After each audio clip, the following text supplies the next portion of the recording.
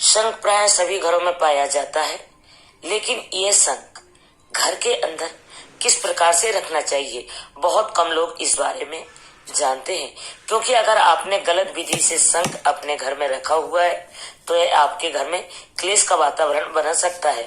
साथ ही साथ आपको आर्थिक तंगी भी प्रदान कर सकता है, क्योंकि यह शंख 3 ग्रहों से संबंधित होता है, चंद्रमा, बुध और मंगल से। कैसे, आइए विस्तार से इसको समझते हैं और घर में शंख को कैसे रखना चाहिए इस बारे में विस्तृत जानकारी प्राप्त करते हैं। तो नमस्कार दोस्तों,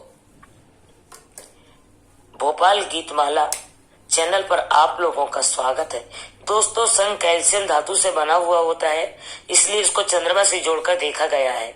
यानी कि शंख का जो निर्माण है वह चंद्रमा है, लेकिन इसका जो खालीपन है यानी कि अंदर का जो खोखलापन है, इसका यह खोखलापन बुध कहलाता है, क्योंकि इसके अंदर खाली स्थान है जिसमें कि वायु भ्रमण करती है। जब हम इसको बजाते हैं तो यह खाली स्थान है, यह बुध है, आवरण चंद्रमा है। लेकिन जब इसमें फूंक मारते हैं, जब इसको बजाते हैं तो इसकी जो ध्वनि है वह ध्वनि मंगल है। इस प्रकार से शंख 3 ग्रहों से संबंधित होता है, चंद्रमा, बुध और मंगल से। अब जैसे कहते हैं ना कि खाली दिमाग शैतान का घर, जब शंख को हम खाली घर के अंदर रखेंगे तो उस समय पर ये खाली बुध को जन्म देगा और इसमें घूमने वाली जो वायु है वो बृहस्पति होती है। तो ऐसे में हमें घर के अंदर शंख को कैसे रखना चाहिए जिससे कि शंख के द्वारा हमें शुभ फल ही प्राप्त हो, कोई भी अशुभ फल की प्राप्ति नहीं हो। तो इस विधान को समझ लेते हैं, क्योंकि अक्सर लोग इस बात को लेकर के कंफ्यूज होते हैं कि शंख को सीधा किस प्रकार से रखा जाता है। तो सारी बातें इस वीडियो में हम जानेंगे कि घर के मंदिर में शंख को हमेशा सीधा रखना चाहिए। अब बहुत सारे लोग शंख को इस प्रकार से इसका खोखला हिस्सा को इसको नीचे की तरफ रख देते हैं, इस प्रकार से शंख को सीधा समझते हैं, लेकिन यह शंख सीधा नहीं बल्कि उल्टा रखा हुआ है। शंख को सीधा रखने की जो विधि है वह इस प्रकार से है। शंख को एक स्टैंड पर रखने का है, वो आप प्राप्त करें। अगर आपके पास नहीं है तो इस तरह से आप कोई भी वस्तु में रख सकते हैं जिस प्रकार शंख इस प्रकार से रखा जा सके। तो आप देखिए कि यह शंख सीधा रखा हुआ है, यानी कि इसका जो एक खाली हिस्सा है ये ऊपर की तरफ आना चाहिए, बाकी का हिस्सा नीचे की तरफ जाना चाहिए। शंख सीधा रखा हुआ है।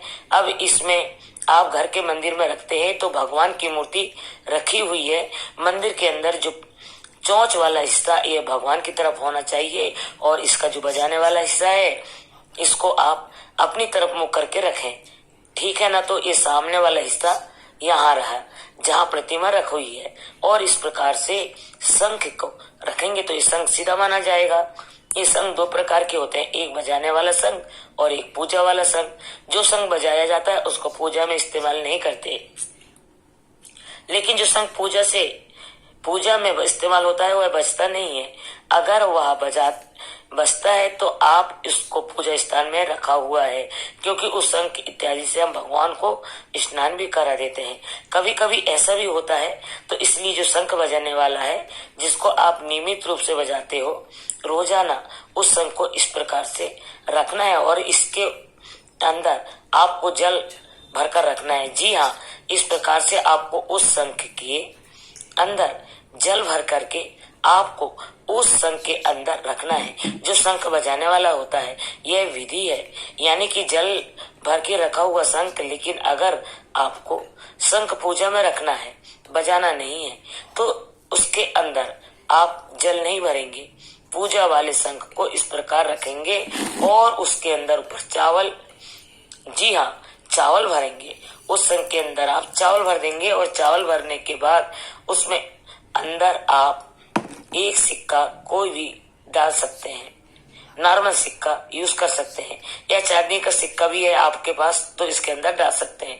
तो इस प्रकार से सिक्का डाल करके चावल भर करके आप उस शंख को रखें जिससे आप पूजा में रखते हैं, और बजाने वाले शंख को आप जल भर करके रखें। और अगले दिन जो जल होगा, जो बजाने वाला शंख है, उसे अपने घर के जल में अपने घर के मंदिर में छिड़काव कर लीजिए।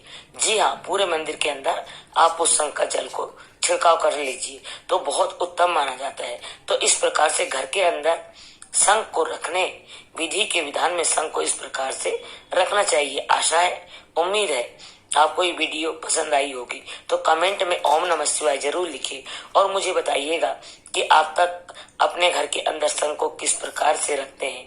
ये शंख के बारे में जो भी जानकारी चाहिए तो हम कमेंट में जरूर लिखिएगा।